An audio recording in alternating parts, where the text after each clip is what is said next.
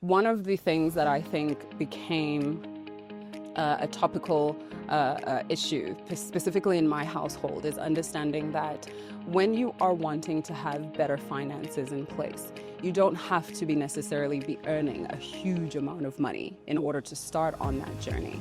You need a financial planner or a financial advisor specifically.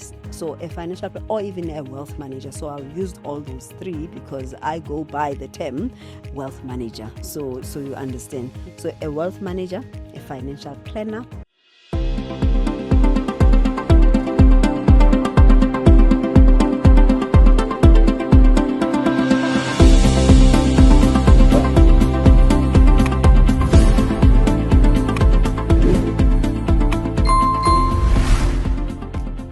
Hey, Red Circle family, welcome back to Brick by Brick, your property power purpose podcast right here on Red Circle Television. And we are continuing on with our series that we are calling Money, Mindset, and Property. We are unpacking the importance of building wealth with purpose and always keeping your finances in mind and in check when you're on this journey. I am, of course, still joined by my lovely financial advisor, Balissa from Imvelo Wealth. Welcome back again to Brick by Brick. Thank you for having me, Dudu. Oh, I'm so happy to always have you here. All right. So on our previous episode, we had touched a little bit on the importance of planning ahead. And I think perhaps we can unpack that a little bit more and just sort of providing the audience a financial blueprint on how they can begin to build wealth just simply by having the proper plan in place. Right. So the role of financial planning in achieving your investment goals and just generally your life goals, I think, is extremely critical. And I think let's touch a little bit on a few of those topical issues when it comes to financial planning. One of the things that I think became a topical issue, specifically in my household, is understanding that when you are wanting to have better finances in place, you don't have to be necessarily be earning a huge amount of money in order to start on that journey. So essentially, financial planning isn't reserved only for those who earn, a specific amount, which normally would be considered, quite a lot. I think there should be a way to sort of break down whatever it is that you're earning currently for it to make sense for your financial journey. So perhaps just take us through in terms of having our audience understanding that financial planning isn't reserved only for the wealthy. Thank you for asking that question, Dudu. I am very happy to unpack it for you. So I think before I get to unpacking, it's important, first of all, to understand that there's different professionals in the financial services sector that you are able to tap onto, and not necessarily everyone is able to go to give you a proper financial plan, because that's not how their service is structured. I see. So it's important. So let's start it from there. So you'll find a financial accountant. It's important to understand that a financial accountant deals with the finances of a business. Then you find someone who works in sales selling funeral policies. That's their job. They are meant to just sell funeral policies. And then you find someone who, I'm trying to think of another finance professional, maybe a financial manager of a company. Because, because finances tend to be so tricky, we tend to think that everybody understands what financial planning is. I see. And so a financial manager, again, would be managing finances of a company more often than not. Now let's get to, there's brokers, there's short-term brokers that are selling car insurance or home insurance. And then there's financial advisors or financial planners is another term that you need to understand. And I know that the term broker is always thrown around, and let's just look at that as a generic term for all these people that could be selling financial products. But in a nutshell, when you're going to start with planning ahead, you need a financial planner or a financial advisor specifically. So a financial or even a wealth manager. So I'll use all those three because I go by the term wealth manager. So you understand. So a wealth manager, a financial planner, or a financial advisor. I forgot to mention, you also get the bank They are called, I'm trying to think now, what's the term? Oh yeah, it's financial advisors, I think, is it not? At the bank or Well, they do a bit of financial advice sometimes, but more often than not, they would sell you bank products. That's correct. That's what they are focusing on. They are selling you bank products. Mm. So understand. So I would say start with these three if you are starting from scratch. Either a financial advisor, a financial planner, or a wealth manager. All three of them you can tap onto. We do more or less the same thing. It may differ in how we do it, but we do more or less the same thing. I see. Now, let's get on to what is it that we then expect all that from you, and what is it that we then do from you. So what we expect from you is to be as transparent as possible. Open up as much as you can when we ask questions. So we don't expect you to come to a meeting knowing exactly what you want, but we guide you through the process. So we'll ask very pertinent questions. So what is your 5-year term plan? What are your fears? What are you worried about? How many children do you have? Are you married? Do you have any other financial dependents? So why are we asking those questions? So that we can do a financial plan for you that is based on the stage of life that you are in. So we call it life stage planning. So we're not gonna give everybody exactly the same solution curated for you for that particular point, because also financial plans change over time. Your financial plan today is going to be completely different from in when 5 we years' started. time. And it's different from when we started. Exactly. So you change over time. Your life changes over time. You go through different life stages over time. And it's important then to understand those life stages. Now, also, a relationship with your financial advisor doesn't end when you have now taken a product or they have given you a product. And also understand, financial advisor is not just giving you a product and then they run away. They need you to hold your hand, and they need to hold your hand and take you through the journey. When you sign, you're starting the journey. So the journey needs to continue. So in that planning, it's where things are uncovered. So these are the goals that I have then identified for you based on everything that you have told me. These are the goals that we need to start with. Obviously, take into account as well all the your entire portfolio, all the products that you've taken in the past. We take that into account. The products that you may have taken already may be bank products, maybe debt, it may be you have bought a property, you've bought a car. So there's a lot of products that you may have bought with your money that we then need to take into account. But long and short of it is that planning means that we take everything that you into consideration, that you want, everything that you have done already, where you are currently, but where you want to get to in the future. And we need to then marry all those, look at the gaps. Where is it that we need to close up? Where is it that you need to cancel things that are not making sense? Where is it that you need to take on a new product? And so if you look at all those things that I've said, I haven't said anything about how much you earn. So it doesn't matter how much you earn, whether you earn 5,000, you earn 10,000, you earn 20 or 50 or 100. All of those things are specific to you and the life stage that you are in, and the products that will be recommended will be based on that.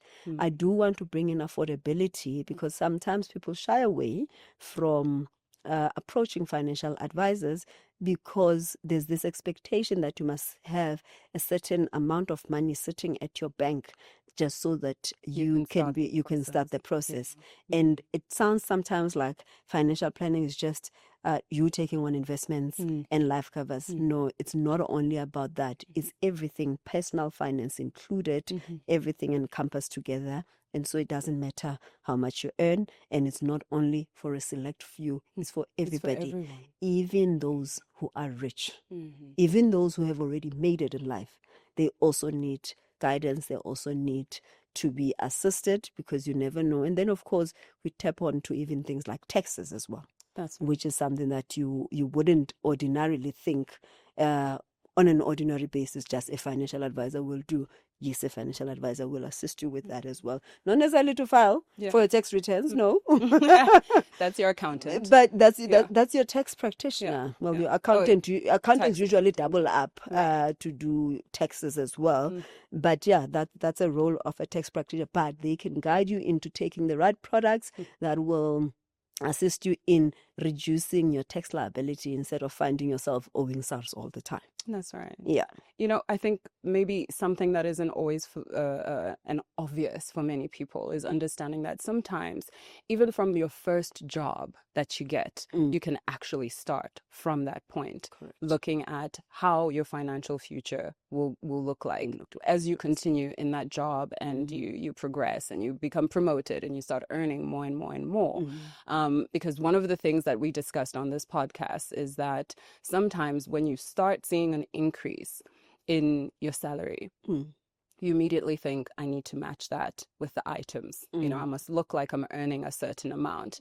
When in fact, if you start from the very beginning of your career, I think you get an opportunity to understand that as you progress, those little plans that you have in place will continue to shape your financial portfolio.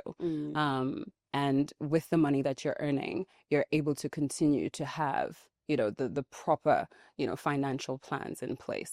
So starting very early, I would say, and I'll always advise even my own siblings, and tell them all the time, look, I have Balissa, you can call her and she will help you to figure things out. Because of course, when you're young and you're earning, the first thing you want to do obviously is start living that independent life, which means spending. Yeah. And you're not necessarily thinking about your future because future for you is so far. You know what? Because we think that tap will keep running. We don't think at some point that tap will close. We think potentially running forever. Yeah. So we're thinking, I'll come to that. Yeah. Because we want a next round. Right now, I'm having a good time. Which is not necessarily a bad thing. I mean, it's okay to live your life and enjoy your life, but understanding that you have the potential to live a lot longer, meaning your money must also live with you as you continue to progress in your career and in your life. So part of planning is precisely that you may live longer. Now, what does that look like? Exactly. If you live until you're 100, what does that look like? Sure. If you die too soon, what does that look like?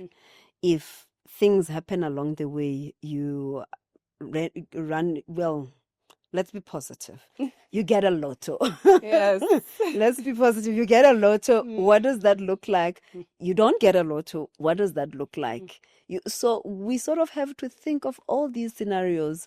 You get into an accident. What does that look like for you and for everyone you else and everyone else around you? And again, that's where the importance of who's financially dependent on you comes in. That's right. I'm married. What if my husband decides to get a second wife? Those type of things. We don't want to think about them because it's like, no, I don't want to. It can't happen. It won't happen to me. Not to me. Yeah. Not to me. It's like it's not gonna happen to me. But these are the realities of life. They happen. What if I get divorced? That's right. What does that look like? What does that look like? What if I'm not happy where I am? As much as we don't want to think about this, and we don't want to plan for those things, but I'm saying to you, we are always seen as the party poopers. And all I'm saying is, let's think of all the scenarios, both good and bad, and what helps you to think of both good and bad is. In between, let's put the plans in place. This is what I want to achieve. But I need to think, what if this happens? And what if this happens? And what does that look like? And how long does it take? Risk management, I think you were referring to in our previous episode as well. So once that portfolio is in place, the risk management has to kick in. Because life has different phases. Life brings surprises. And you may continue to add also in terms of your expenses, buying that property, buying that car, taking your children to a different school perhaps that may require you to pay a little bit more.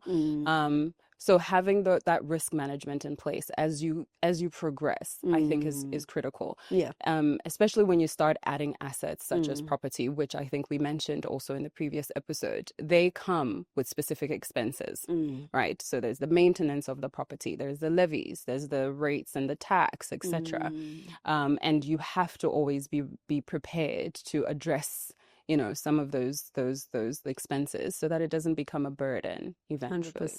100%. So yes, planning ahead and understanding that life has different phases, and you just need to have those mitigating factors in place. 100%. And that's what Imvelo Wealth also is able to do very well, I think.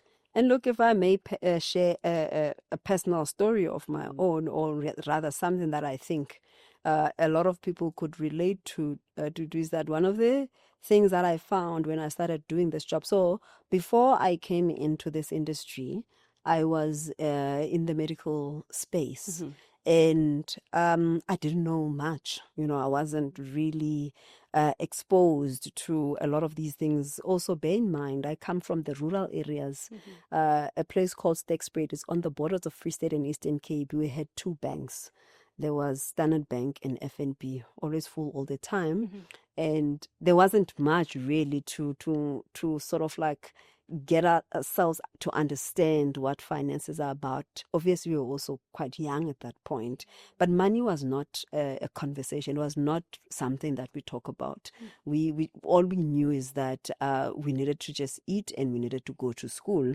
How that money was made and all of that was not part of the conversation. But fast forward then to I start working, and no one has ever approached me even to say, go and take a retirement annuity, as an example. I was fortunate to have met my husband now, then, who at least told me about this thing called savings, so etc.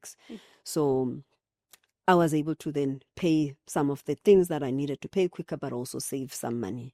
But I think then it was I wasn't inducted on this whole thing of retirement annuities. So when I left employment, I took all my money and I did whatever I needed to do with it. And as it usually is the case for many people, if you haven't been told otherwise, that's what you're going to think. I didn't even think that there were options for me to save my money elsewhere. So I literally just took my money and I did whatever I did with it. And I look at myself a few years later, could I have done things differently? And the answer is yes. Now that I'm here in this space, I could have done things differently. And so one of the things now that I pride myself with, and now that I happen to be here, which is one of the reasons why I've taken upon myself to share as much as I can of the knowledge. And it's the reason why I'm sitting here next to you today, because I don't want people to sort of go through what I went through. Because when I look back, I look at my age and I feel like if I had not done or made some of the mistakes that I did, financial mistakes I did from a planning point of view, I could have been far from where I am. Because when I look at that period that I worked, other than paying off my debt, I really can't tell you what I did with the money that I earned at that time. And so I'm just saying that the decisions I make now are different to the decisions I made then. And for me, it's one simple thing. It's not a lot. And I think it's one of the things that I shared with you as well. It's simple. Very simple. Always have what is called an emergency fund. Whatever investment you're going to get yourself into, always have an emergency fund. Because the last thing you want is to start a business and then having to rely on only this business to fund for any other matter that you may come across. Because unfortunately, as you start a business, as you work, and most of the money that we will earn, let's accept it, it will never be enough. And it's okay. It is not enough and it will not be enough. But what matters is, have you put something in place for when those unexpected expenses come up? Maybe let's not call them emergencies. Unexpected and unplanned expenses come up. So as much as it's unplanned, and it's an irony, as much as it's unplanned, plan for it. plan for the unplanned, Yes. plan for the unplanned. Yeah, because the Because possibility. there's a high 99.9%, I can tell you, Yeah. you will need to tap onto that. Be it things are going well because you found another job, Yeah. and it's paying you better. Mm. It will help you avoid to have to tap onto it, because now suddenly you need to change houses. You need to move from where you were living and to go and live in another area because you got a better job. Or your uncle has passed and now you need 20, 30K that you need to use to pay for their funeral because they didn't have this or that. Or your car tires have all Yeah. busted. Yeah. All four of them Yeah. gone. Yeah. Those are some of the Unplanned. things. So that's a reality. That happens to all of us. That's It true. happens to all of us. But if you've got that stash somewhere where I'll tap into, it will help you avoid a lot of things, a lot of mistakes that you could potentially do as you're planning. Because the idea is you want to plan, have your goals in place, but follow through Right. to get to your goals. And you don't want these nuances to disturb you as you're trying to get to that goal. That's right. Yeah. When you speak of retirement annuity, I understand that women in general are the least prepared for retirement. And that's the statistics that I got. And of course, I think that is factored by a lot of things, right? The fact that perhaps we earn a lot less. That's one. And then we probably have more responsibilities in general as women that we sort of don't consider planning for such things. And I would say that a retirement annuity, I think that is a non-negotiable, of course, and putting away what you can put away, because eventually you're going to need that. And it shouldn't be something that you start considering late. Yeah, when you're 50. Yeah. It's not going to It's too benefit late. you in Yeah. any way, shape, or form. And it's true, we don't always have access to the information. And as you are here today and providing that information, bringing our podcast here also is, an opportunity for us to educate and also inform in relation to, property and that being also an investment vehicle that some can consider. And then it comes to, thinking about your family, thinking about your children. What do you want their lives to look like, even when you're not around? And I think for me, that one is a no-brainer as well. I don't want to find myself in heaven. Hopefully I can still kind of see what's happening, regretting, not making certain decisions. And the emergency fund, thank you. Thank you for putting me on to that emergency fund. I think that portfolio for me became extremely, extremely critical when I started investing in property. I think I tapped into that emergency fund more often than I can. It's called the power of borrowing from yourself. That's right. And had it not been there, I don't think I'd be where I am today with my investments in property. I probably would have folded a long time ago. So having that emergency fund, it is critical. I think I did even deplete it at some stage, but that's okay because You refill it. Right. And then I understand also the penalties. They're not quite the same as other vehicles for investment. So it's sort of there for you to always have when those unforeseens or the unplanned situations come in place. And then you don't have to now tap into money that could have been used for other things. Something else. School fees, etc. Then you find yourself again compounding the issues. Now you can't pay for school fees because you needed to take that money to now pay for your tires, all four of them. So emergency fund, I would advocate for that 100%. In addition to the retirement annuity, I think that's one that is extremely critical as well. 100%. Especially for women. Especially Let's for get women. understanding that we Especially need for that. women. Yes, it's options. It gives you optionality. So maybe just to sort of summarize it, it would be so the first thing that I do practically is when I assess your situation, I would often say, do you have an emergency fund? If you don't, let's create one. start. And once we've done that, then let's look at your other goals, maybe your short-term goals. What is it that you want to achieve? You want to travel, you want to start saving, you want to do this, and then let's look into that. What is it? Is it a short term? Is it a medium term? Is it a long term? Then I suggest the products that you can take for those particular particular goals. And then the next step is, have you got a retirement annuity? Do you belong to a pension fund? And then we look at that.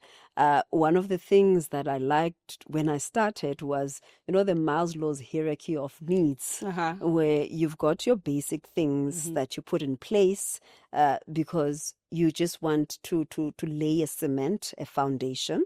And then you start going up the ladder. And I know with all these investments mushrooming and these opportunities to earn so much interest and all this and all of that, it's easy for us to run for the next best investment that is available in the market and neglect the ones that are there to assist us to lay those correct foundations in place. And so my job is to ensure that we don't just go and use a product that you're supposed to be using when you are at self-actualization phase of that Maslow's hierarchy of need. And you start with the ones that are meant to assist you in laying the foundation. And you mentioned earlier that penalties are not bad. In fact, in some of the products that are flexible, there isn't even a penalty because it's meant to give you that foundation. It's meant for you to be able tap to go into it every now and then when you need to be able to tap into it. That's the nature of it. It's meant for short-term needs. So short-term products for short-term needs, medium-term products for medium-term needs, and long-term products for long-term needs. What that helps you with is if you have a long-term wealth plan, for instance, you want to have 4 million in the next 10 years, then we don't want to be playing around with that money and putting it in a short-term deposit. Why are we putting it in a short-term deposit? It's not worth it. You're not going to earn as much interest because when it comes to investing, for instance, and I'm dropping another nugget, we use something called compound interest. So compound interest, really, you will see the power of compound interest if you are invested for long. And compound interest is really just this thing that says the money that you've invested is going to also earn an interest. So you invest money, you invest R1 million, it earns 10%, that's 100,000, that 100,000 and its own 10%. And it then starts compounding and compounding. That 10% of that 100,000, which is 10,000, also earns its own 1,000 rands, another 10%. And it just continues as the years progress. Then it continues to build up and build up and build up. But what then becomes a problem for a lot of people is then you have these issues along the way where you need to tap into that money because you didn't have a short-term plan. You only had a long-term plan. You then now find yourself having to tap out. You are disturbing that long-term plan. Right. Don't touch it. Don't touch That's it. What you always tell. Don't touch it. Forget about it. Forget about it. Leave it. Because it's not going to do what it's meant to do now, and you're not going to be happy with it. So leave it so it can do. So the whole planning helps you to do that. You bought a property. Now you sell it before it materializes. You're supposed to earn income from it, and capital must appreciate from a capital point of view. When do you get the capital appreciation if you sell it in 2-3 years time? But that's because you end up selling it because you didn't plan properly for it and things like that. And we all fall prey into some of those things. It happens from time to time, and that's why many people, or pretty much everyone, requires that accountability partner. And what I can appreciate about what Imvelo Wealth is able to do is assist each client to have that